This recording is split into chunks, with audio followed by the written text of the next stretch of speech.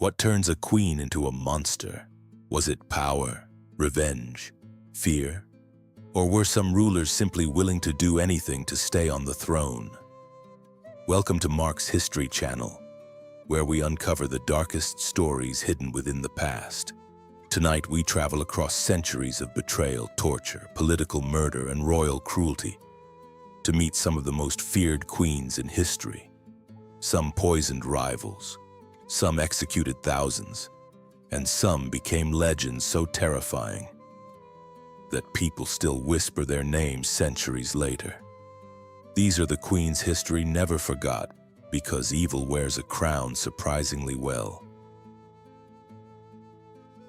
In the early 1800s, Madagascar was one of the most isolated kingdoms on earth. But inside the royal palace, fear ruled everything. And at the center of that fear stood Queen Ranavalona I. Historians estimate that during her reign, the population of Madagascar may have fallen by nearly half. Some called her paranoid. Others called her a patriot protecting her kingdom from European colonization. But to many of her own people, she was a nightmare. Ranavalona seized power in 1828 after the death of her husband, King Radames I. The problem? She wasn't supposed to inherit the throne. Several royal rivals stood in her way, so she had them executed quickly, brutally. Anyone suspected of supporting another claimant disappeared, and that was only the beginning. Ranavalona feared European influence above all else. Christian missionaries had begun spreading religion, education, and foreign customs across Madagascar. To the queen, this looked less like religion and more like invasion. So she outlawed Christianity. Those caught practicing the faith faced horrifying punishments.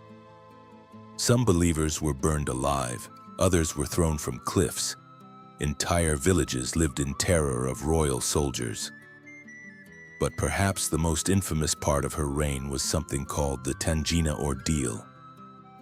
This bizarre trial involved forcing accused people to consume poison made from the Tangina nut. If they survived, they were considered innocent. If they died, well, the queen considered that proof enough. Thousands perished through these deadly trials. Sometimes entire communities were accused together. Even nobles weren't safe. Ranavalona trusted almost nobody. The kingdom slowly became isolated from the outside world. Trade collapsed, agriculture weakened, and forced labor projects killed countless citizens. Yet despite her cruelty, some historians argue she believed she was protecting Madagascar from European colonization. And strangely enough, she succeeded.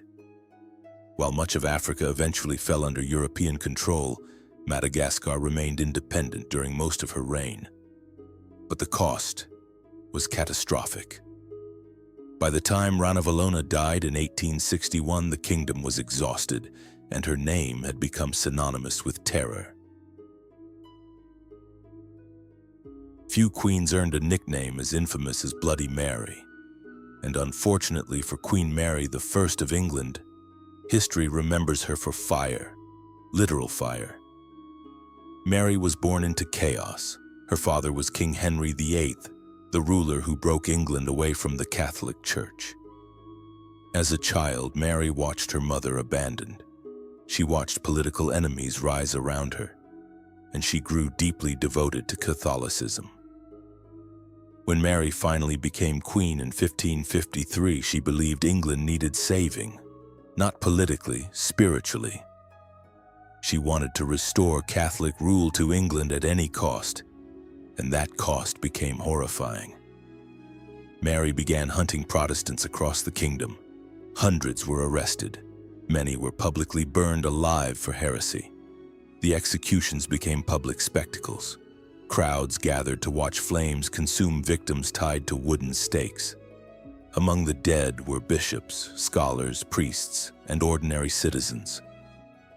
Some begged for mercy, others continued praying as the fire rose around them. The brutal burning shocked Europe. Even people loyal to the crown became uncomfortable. But Mary refused to stop. She believed she was saving souls from eternal damnation. In her mind, cruelty served God. And then came another disaster. Mary married Prince Philip of Spain, one of the most powerful Catholic rulers in Europe. The English public hated the marriage. They feared England would become controlled by Spain. Rebellions erupted. Mary crushed them harshly. But despite everything, her reign lasted only 5 years. When Mary died in 1558, she left behind no heir, and almost immediately Protestant rule returned under her half-sister Elizabeth I. Mary's attempts to restore Catholic England had failed, but the memory of her executions survived, and centuries later, the name Bloody Mary still sends chills through history. In ancient China, power belonged to men, until Zetian changed everything. She remains the only woman in Chinese history to officially rule as emperor.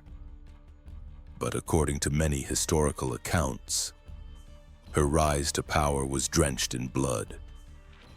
Wu entered the imperial court as a concubine during the Tang dynasty. At first, she seemed insignificant, but she was brilliant, patient, and dangerously ambitious. After the emperor died, Wu maneuvered herself back into palace politics and eventually became the wife of Emperor Gaozong. From there, her influence exploded. Rivals vanished mysteriously. Political enemies were accused of treason. Executions became common. Even members of her own family were not safe. One of the darkest accusations against Wu involved her infant daughter. According to legend, the child died mysteriously. Wu allegedly blamed another royal consort, who was then executed. Historians still debate whether the story is true, but the rumor spread fear across the empire. As Gaozong's health declined, Wu effectively became ruler of China. And once she tasted power, she refused to let go. She created a massive secret police network. Spies monitored officials constantly. Critics disappeared overnight. Some were tortured into confessions, others were publicly executed. Yet despite her brutality à martyrdom, Wu Zetian was also an incredibly effective ruler. She improved agriculture, expanded the civil service system, supported education, and strengthened China's economy. To some, she was a tyrant. To others, one of China's greatest rulers. But one thing is certain: nobody crossed Wu Zetian safely. Few queens mastered manipulation like Catherine de' Medici. Born into the powerful Medici family of Florence, Catherine grew up surrounded by politics, wealth, and danger. When she married into the French royal family, she entered one of Europe's most unstable kingdoms. France was collapsing into religious warfare between Catholics and Protestants, and Catherine became trapped in the middle. At first, she seemed powerless, but after her husband died, Catherine slowly became the true force behind the French throne, and many feared her. Rumors spread that she used astrologers, spies, and poison to eliminate enemies. Whether all the stories were true remains debated, but one event forever damaged her reputation: the St. Bartholomew's Day massacre. In 1572, thousands of Protestants gathered in Paris for a royal wedding meant to unite France. Instead, chaos erupted. Catholic mobs began slaughtering Protestants across the city. Men, women, even children were killed in the streets. Bodies filled the Seine River. The massacre spread across France. Historians still argue over Catherine's exact role, but many believe she helped approve the killings after fearing a Protestant uprising. If true, it became one of the deadliest political massacres in European history, and Catherine's name became forever linked with betrayal and bloodshed. Queen Isabella I is remembered as one of Spain's greatest rulers. She funded Christopher Columbus, unified Spain, and helped build a global empire. But her reign also unleashed terror. Together with King Ferdinand, Isabella established the Spanish Inquisition. Its mission, to protect Catholic purity across Spain. But in practice, it became a machine of fear. Jews and Muslims were forced to convert or leave the country. Those suspected of secretly practicing old religions faced arrest, interrogation, torture, and execution. Entire families lived in constant fear of accusation. Neighbors betrayed neighbors. Confessions were extracted through horrifying methods.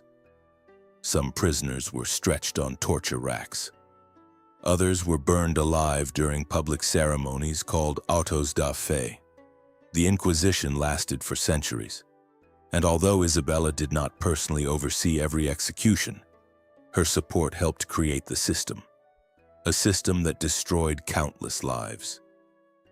Yet, like many rulers on this list, Isabella also achieved remarkable political success, which makes her legacy deeply complicated. Hero to some, villain to others, but impossible to ignore. No queen or noblewoman on this list inspired more horror stories than Elizabeth Báthory. Known as the Blood Countess, she may have been history's most infamous female serial killer. Born into Hungarian nobility in 1560, Báthory lived in enormous castles filled with wealth and servants. But rumors soon spread about strange disappearances. Young servant girls entered her castles and never returned. Witnesses later described horrifying abuse, beatings, starvation, torture. Some stories claimed Báthory became obsessed with youth and beauty. Legend says she believed bathing in blood could keep her young forever. Historians debate whether this specific claim was exaggerated over time, but the deaths were real. By the early 1600s, accusations became impossible to ignore. Investigators entered her castle and reportedly discovered dying prisoners and mutilated bodies. Servants testified against her. Some claimed hundreds of victims. The exact number remains uncertain. But Báthory's reputation became monstrous. Strangely, she was never officially executed. Because of her noble status, authorities instead sealed her inside her own castle, alone, cut off from the world.